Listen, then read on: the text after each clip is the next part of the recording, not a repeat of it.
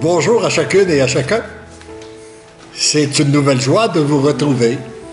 Et nous allons demander à l'Esprit Saint d'envahir nos pensées afin que nous disions uniquement ce qu'il veut qu'on dise, que nous disions tout ce qu'il veut qu'on dise, rien de plus, rien de moins. Et on va lui demander aussi d'ouvrir vos cœurs afin que vous puissiez recevoir toutes les grâces et l'amour qu'il veut déverser dans vos cœurs aujourd'hui même. Moi, j'ai été interpellé ce matin dans la première lecture à la messe par un petit texte que je vais vous partager. Et parce que Saint Paul, lorsqu'il était à Corinthe, non, à Antioche, mais alors Saint Paul relate toute l'histoire sainte et il dit, Dieu dit, j'ai trouvé David, fils de Jessé, c'est un homme selon mon cœur qui réalisera toutes mes volontés. Et moi, en lisant ça ce matin, ça m'a interpellé très fort en me disant, est-ce que c'est pas ce que Dieu cherche continuellement? Des hommes et des femmes selon son cœur. Et c'est sans doute pour ça qu'il nous réunit aujourd'hui, afin que nous puissions nous laisser trouver par lui, pour devenir des hommes et des femmes selon son cœur, et n'avoir qu'un seul et unique désir, faire sa volonté. Puis ça, c'est beaucoup plus reposant, faire sa volonté que de faire la nôtre. Hein? Il me semble. Je ne sais pas si tu es d'accord avec ça. Je ne sais pas si tu es d'accord avec moi. Vous pensez? Je ne sais pas si tu es d'accord avec moi, parce que des fois, faire juste quand on veut bien faire notre volonté, des fois, ça devient lourd. Ça devient fatigant. On est têtu, on est opiniâtre. Moi, ce matin, en m'en venant, là, du Seigneur, je ne sais pas si, en tout cas, je sais pas s'il a passé par cette voie-là, mais j'attrape une contravention. Pour vous dire une affaire, j'étais en beau s'il vous plaît, là.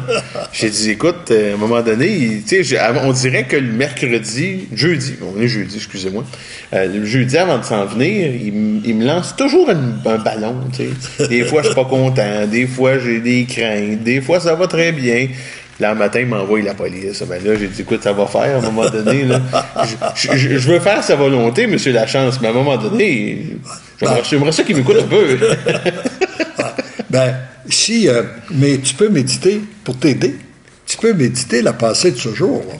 Parce que dans la pensée de ce jour, aujourd'hui, il est dit, c'est moi, Jésus, qui viens prendre tes souffrances pour les associer aux miennes et les présenter au Père. Alors donc, c'est une bonne nouvelle pour chacun de vous, au cas où il y aurait certaines personnes qui auraient des souffrances. Parmi tous les gens qui nous écoutent, eh bien, Jésus dit, je viens les prendre. Et puis les associer aux miennes et les présenter au Père. Le Père les accueille dans sa grande miséricorde et les transforme en grâce et en bénédiction pour toi et pour tous ceux et celles qui souffrent comme toi, mais qui n'ont pas l'avantage que tu as de me connaître et de mettre leur confiance en moi. Si tu savais comme je souffre avec toi et en toi.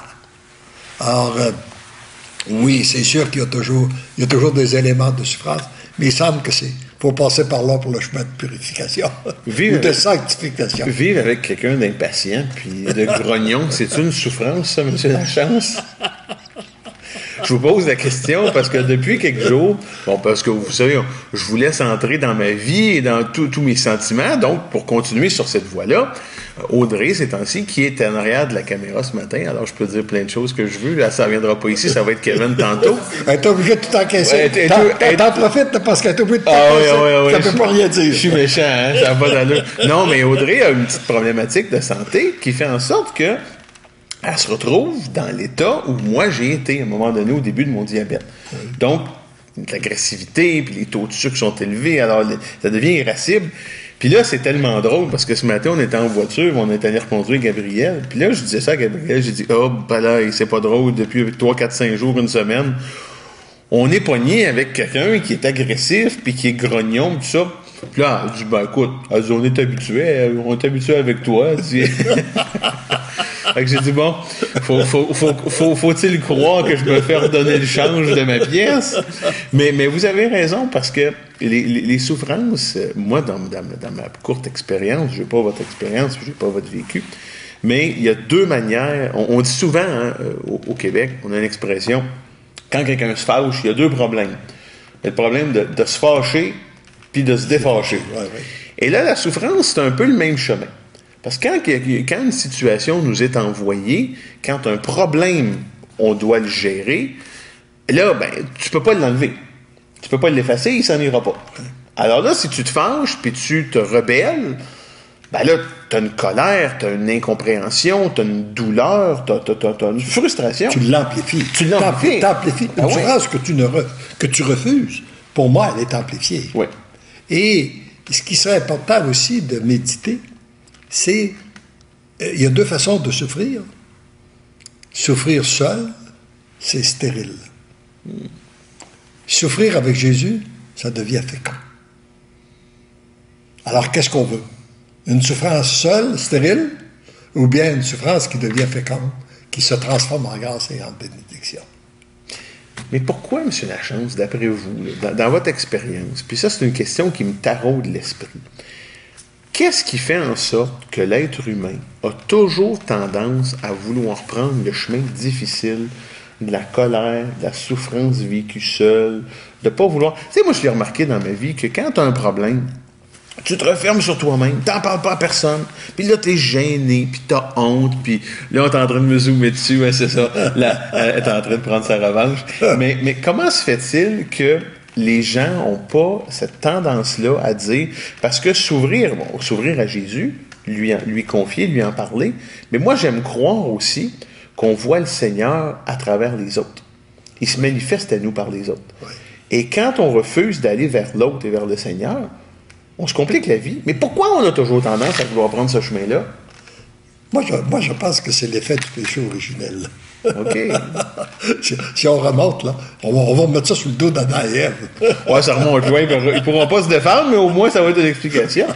Alors, à partir du moment où Adam et Ève ont refusé de faire la volonté de Dieu pour faire leur propre volonté, ils se sont dirigés vers un chemin de souffrance. Ils ont dirigé l'humanité aussi vers un chemin de souffrance. Alors, pour réussir à sortir de ce chemin-là, il faut, chacun de nous, décider de faire l'inverse de nos premiers parents. De refuser de faire notre volonté pour faire la volonté de Dieu. Et c'est ce bout de chemin-là qu'on a de la misère à faire, que ça prend du temps avant qu'on arrive. On dit, oui, je vais faire ta volonté, mais là, fais la mienne. Je vais faire ta volonté en autant qu'elle se rapproche de la mienne. En autant que ça va tourner comme je veux que les choses tournent. Et à travers ça, mais c'est que moi, je pense que le Seigneur, il sait ce dont on a besoin. Parce que lui, il ne faut pas oublier que dans son plan d'amour, il nous veut heureux. C'est sûr qu'il nous veut heureux. Puis, mais sa priorité de nous vouloir heureux, c'est avec lui pendant toute l'éternité. Parce que ça a l'air que l'éternité, c'est longtemps. Et alors, que nous, et puis là, c'est pour ça qu'il ne peut pas permettre qu'on ait un bonheur immédiat qui compromettrait notre bonheur éternel. Moi, c'est qu'est-ce que je comprends. Alors oui, il nous permet de vivre des petites difficultés pour qu'on puisse s'ajuster à sa volonté, finalement. Et je dirais que c'est toute l'œuvre de toute une vie. Donc, si je suis votre logique, plus on se révolte, plus on s'oppose, on se complique la vie. Oui. On se maintient dans un chemin de souffrance qui est stérile. OK. Hein? Et là, j'ai Rita Morisot qui a une question pour nous. Je suis capable de voir les questions en même temps que je vous filme. Rita aimerait savoir pourquoi sommes-nous rancuniers? Oh, ça, là. Oh! Vous touchez un point sensible. Ouais, pourquoi, M. Lachance? Moi, j'ai ma théorie, mais je vais entendre la vôtre. Ouais, je sais pas. Je sais pas si je peux répondre. Je sais pas si je peux répondre à ça. J'ai l'habitude de dire, moi, vous pouvez poser toutes les questions que vous voulez. Vos questions ne me créent jamais de problème. C'est juste les réponses que j'ai pas. Alors, mais je pense que est-ce qu'il se peut qu'à travers cette... je pense qu'il faut revenir souvent au premier péché des anges et des hommes, l'orgueil. Est-ce que ça se peut que notre rancune, qu'on sent le besoin parce que ça nous a blessés dans notre orgueil, et puis qu'on sent qu'on veut se venger, là. Mais par contre, ça ne donne rien. Hein? Il y a quelqu'un qui a dit, si tu veux être heureux 5 minutes, venge-toi. Si tu veux être heureux pour la vie, pardonne. Alors, puis en fait, ce que j'ai remarqué, c'est que la rancune, un geste qui n'est pas pardonné, c'est pas la personne qui nous a fait du mal qui souffre. Ben, peut-être que ça peut la faire souffrir, mais la personne qui souffre le plus, c'est la personne qui ne pardonne pas. C'est la personne qui se maintient dans une souffrance elle-même. Et puis le pardon, c'est pas humain, c'est divin. Hein? Et il faut passer par Dieu pour être capable de pardonner. C'est pour ça, d'ailleurs, qu'il nous a donné le sacrement du pardon, pour accueillir sa miséricorde, accueillir son pardon, pour après ça être capable de pardonner aux autres. Je pense que la rancune, moi en tout cas dans mon évaluation modeste, plus on s'approche du cœur de quelqu'un, de ce qui lui est cher, de ce qui lui est sensible, de ce qui est proche de lui, puis qu'on va aller marcher sur ces plates-bandes-là, j'ai l'impression que la rancune est plus élevée à mesure qu'on s'approche de ça. Et c'est vrai que c'est souffrant, puis c'est un mécanisme de défense parfois. Mm-hmm.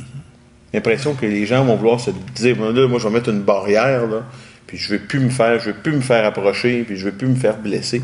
Il y a une grosse... Vous avez dit le mot, vous avez dit blessure. Ouais. Puis il y a des blessures passées qui font que la personne, d'ailleurs, j'ai souvent remarqué que sur le plan psychologique, il se vit un peu ce qui se passe sur le plan physique. Si tu as une plaie sur la main, hein, tu as une plaie là, qui est dans la chair vive, on fait juste t'approcher. Puis touche-moi pas, là, tu sais, c'est comme ça, puis pourtant, c'est pas dangereux, là. Hein? Mais, alors, on a ça souvent sur le plan psychologique. Les gens souffrent parce qu'ils ont des blessures internes et ils ont peur que les gens les approchent. Mais c'est beau comme ce que je remarque, c'est que toi, tu as la facilité de t'exposer, de te mettre au blanc. Même des fois, tu mets même Audrey aussi. Ah ben oui, Elle accueille bien ça. Elle a toujours eu mon caractère. Ouais. Toujours. Mais il y a des exceptions. Les derniers jours en sont la preuve, là, mais bon. Mais vous savez, s'exposer, moi, j'ai longtemps eu de la difficulté. Puis je pourrais raconter des histoires. Là. Moi, m'exposer avant, c'était un traumatisme. Je ne faisais pas ça. Et là, à un moment donné, je me suis aperçu que s'exposer... Bon, c'est sûr qu'il y a des gens qui vont juger, il y a des gens qui vont critiquer, il y a des gens qui vont dénigrer. Mais je me suis aperçu que les gens qui comptent vont comprendre et vont m'accompagner. Je dis nous. Et toi, à l'intérieur de toi, ça produit quoi? Ça te rend pas réellement plus libre l'effet d'accepter de t'exposer que de vouloir vivre. Ben c'est ce que je suis. Hein? C'est ce que je suis. De toute manière, vous savez, M. Lachance, là, c'est dur d'être hypocrite. Parce qu'il faut toujours... être hypocrite, c'est un peu comme être un acteur. Tu es obligé de prendre un rôle puis de le maintenir. Alors, tu sais, quand tu sors de chez vous le matin, puis tu dis, je suis pas de bonne humeur, il faut que je fasse semblant d'être content. Hey, c'est dur. L'inverse aussi est vrai. Tu sais, de vouloir toujours être fâché, puis de vouloir, à un moment donné, tu dis, ben non, il y a des raisons d'être heureux, il y a des raisons, tu sais.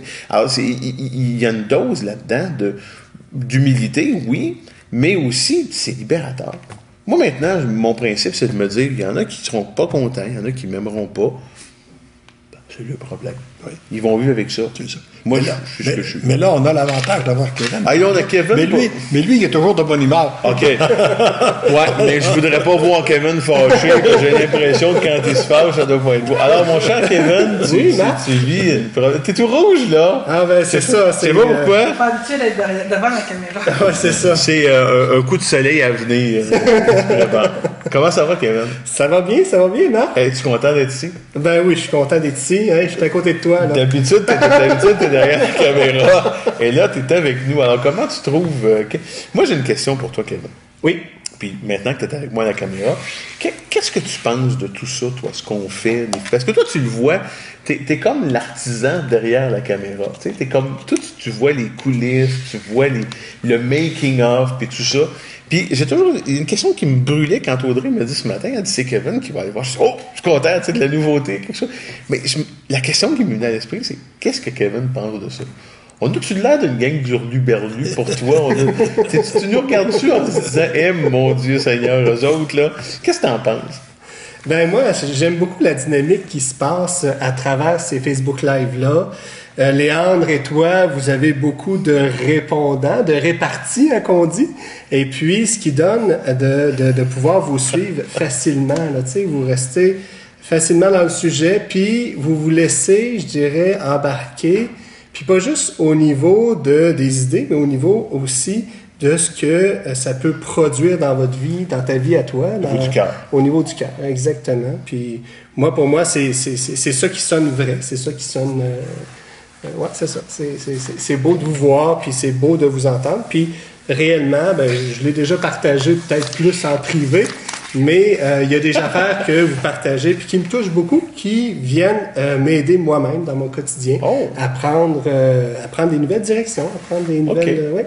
Oh, c'est toute une responsabilité que tu me mets ses épaules, là, de dire que je peux t'inspirer. Je vais faire attention. Là. Il y a Rita qui est d'accord avec Kevin, qui dit que vos Facebook Live nous aident énormément. On est content d'entendre ça. Eh bien, nous en sommes très heureux. C'est-à-dire, c'est le but. Parce que nous, je pense qu'on n'a rien à soutirer personnellement. Autre chose que d'accomplir la volonté de Dieu, faire en sorte qu'il y ait de plus en plus de gens que, comme David, décident de faire la volonté de Dieu et que la volonté de Dieu puisse se faire sur cette terre. Mais il y a le petit côté égoïste que nous avons, en tout cas que j'ai, moi, peut-être pas Marc, mais que moi, là, c'est que je me rends bien compte que plus on donne, plus on reçoit. Et ça, c'est... Alors le seul objectif, c'est de donner pour qu'il y ait de plus en plus de gens heureux. Plus on reçoit de témoignages, alors ça nous rend aussi plus heureux. Vous avez tout un sens de l'humour, monsieur Lachance, le petit égoïsme, mon Dieu Seigneur. Mais moi, je pense que ce que je retire de tout ça, puis c'est très bénéfique au niveau de constater que c'est pas une montagne. Quand on regarde une situation dans une vie, ça apparaît comme étant une montagne. Puis là, ta voix, là, puis tu dis « Oh! » Puis tu t'aperçois à un moment donné, puis je me suis rendu compte de ça avec vous. Quand on regarde à un moment donné, au bout d'un certain temps, le chemin parcouru, on réalise que le plus gros tas de terre, là, ça commence par une petite pelletée pour l'enlever. Voilà. Est-ce qu'on a d'autres commentaires, Kevin? J'aimerais tout d'abord saluer quelques personnes là, qui nous suivent, qui nous suivent d'un peu partout. Il y a Claire, il y a Diane, il y a Guylaine, Justine, Rita, Patricia, Frédéric et puis Diane aussi. Donc, on vous salue tous, puis merci de nous suivre comme ça là sur Facebook Live. Merci aussi pour vos commentaires. Ou Elisabeth qui nous rappelle, je dirais, l'importance de prier, car Jésus nous a dit de prier. Donc, on va le faire aussi. Hein. Léandre fait toujours une petite prière en terminant le Facebook Live. Et puis, comme d'autres, là, simplement répétaient, là, la paix soit avec vous. Et puis, combien que lorsque vous avez répondu à « Sommes-nous rancuniers ?» là, Rita qui remettait les mains jointes puis disait « Oui, c'est bien ça. » On se met en état de prière, puis voilà, Seigneur nous accompagne là-dedans. La rancune, c'est un peu comme du fast-food. C'est bon au goût, mais c'est mauvais pour la santé. Et c'est très nuisible. C'est très nuisible. C'est très nuisible en moyen plus longtemps. Ça cause des choses très désagréables. Et je pense que plus on peut s'approcher de notre Dieu. Ce matin, justement, on parlait de ça. Moi, il semble que, comme il est dit d'ailleurs dans un de ces volumes-là, que nous avons goûté à l'amour de Dieu au moment de notre conception. Tout être humain a goûté à l'amour de Dieu. Et c'est cet amour-là qu'on recherche tout au cours de notre vie. Malheureusement, parfois on le recherche là où il n'existe pas et on se blesse, on devient plus blessé et tout ça. Mais fondamentalement, c'est ce qu'on a de besoin, c'est d'aimer puis d'être aimé. Nous sommes des êtres d'amour, nous avons été créés par amour. C'est par un cri d'amour que Dieu nous a créés et c'est cet amour-là qu'on recherche tout au cours de notre vie. Et ça, on ne la trouve pas dans la rancune, dans la vengeance. On la trouve dans le pardon, la miséricorde. Un commentaire intéressant de Mme Patricia qui dit, qui vient de l'Est de la France, et elle mentionne « J'attends ces moments avec impatience ». Alors, vous êtes impatiente de nous voir. Ben, ça fait plaisir. C'est un petit velours pour notre écho. Là. On va l'accepter. Là. Mais on va l'accueillir pour l'offrir radio. Voilà. Ah, voyez-vous, vous disiez que j'étais un petit peu égoïste. Hein? Vous avez vu la grandeur de mon égoïsme a ressurgi. Ben, c'est très intéressant. Est-ce qu'on a d'autres commentaires, Kevin? As-tu d'autres choses à nous dire? C'est bon. As-tu d'autres choses à nous dire qui viennent de ton cœur? Parce que Kevin, c'est l'être, c'est le gars toujours souriant, qui nous met toujours un sourire. On a l'impression que toi, là, c'est un sourire continuel. Tu dois sourire en dormant, toi. Ça doit être ça. J'ai l'impression. Je sais pas, je me regarde pas en dormant, puis je me filme pas non plus. Là. Donc, on verra rendu là. Mais ce que je peux dire, c'est que présentement, là, je suis en train de travailler, en fait, là, sur les vidéos là, que Léandre a fait à une retraite, là, la retraite de... L'Oreb Saint-Jacques. L'Oreb Saint-Jacques. Donc, je suis en train de remettre ça pour que vous les rendiez disponibles sur le site web. Et puis, quelle richesse qu'on retrouve dans ces vidéos-là. Moi, ça me permet de pouvoir les regarder hein, en les travaillant. Et puis, quelle richesse. Puis, je me délecte là, en pointant, en allant précisément certaines choses, sortir quelques perles de ça pour pouvoir, donc, dans des courtes vidéos, là, vous partager ça à un moment précis, à un moment ou à un autre. Mais je bénis le Seigneur là, pour la richesse, en fait, des volumes, pour le bonheur des miens, la richesse de la mission, et puis la joie aussi de pouvoir travailler avec M. Lachance, là, qui est encore avec nous. Là. C'est vraiment une belle joie. Et puis, avec aussi, je dirais, Marc qui est là aussi, là, travailler avec lui, là, c'est toujours très, très, très intéressant. Même si des fois, on travaille un peu moins quand on est avec lui, parce qu'il aime bien ça parler beaucoup. Message pour me dire que j'ai une grande boîte. Mais ça nous donne d'être efficace. C'est une petite pause dans la vie de pouvoir jaser et fraterniser. Voilà. Ça nous permet de repartir sur une autre lancée. Mais moi, j'avais une question pour vous, M. Lachance, parce que justement, Kevin parle qu'il est en train de travailler sur les vidéos de la retraite. Nous, on est en train de travailler sur la traduction du volume 1, justement, oui. Là, en train de voir justement. Donc, ça nous permet de lire. Et je me demande... Comment vous percevez-vous 20 ans plus tard? Parce que ça fait déjà 20 ans que vous avez rédigé ces messages-là. Oui. Avez-vous l'impression que vous avez évolué? Parce que je remarque que vous demandez au Seigneur de vous rendre tout petit, puis de vous rendre à son service. Puis personnellement, dans votre vie, est-ce que vous avez vu une évolution? Avez-vous réussi à vous rendre tout petit aux yeux du Seigneur? Grande question. Je pense que là, on n'arrive jamais à la perfection. Hein. C'est un chemin continuel, puis il me semble que j'en ai encore beaucoup à accomplir, mais c'est sûr que je me rends bien compte que oui, il y a des changements qui se sont produits, que je ne réagis pas de la même façon devant les événements, etc., etc. Définitivement, il y a des changements qui se sont produits. Et parmi, je dirais, le plus grand changement, peut-être, le changement qui me vient à l'esprit, c'est d'abord, quand j'ai commencé à écrire le premier volume, les doutes que j'avais. Est-ce que je suis réellement inspiré ou est-ce que c'est de l'imagination ou de l'illusion? Aujourd'hui, ces doutes-là sont complètement disparus par la multitude de confirmations, puis par l'effet aussi, parce que le Seigneur a fait tellement des belles choses. L'effet de nous avoir donné 2 imprimatures sans qu'on ait le demandé, pour dire que c'était réellement en conformité avec l'enseignement de l'Église et tout ça. Alors là, je n'ai plus ce doute-là.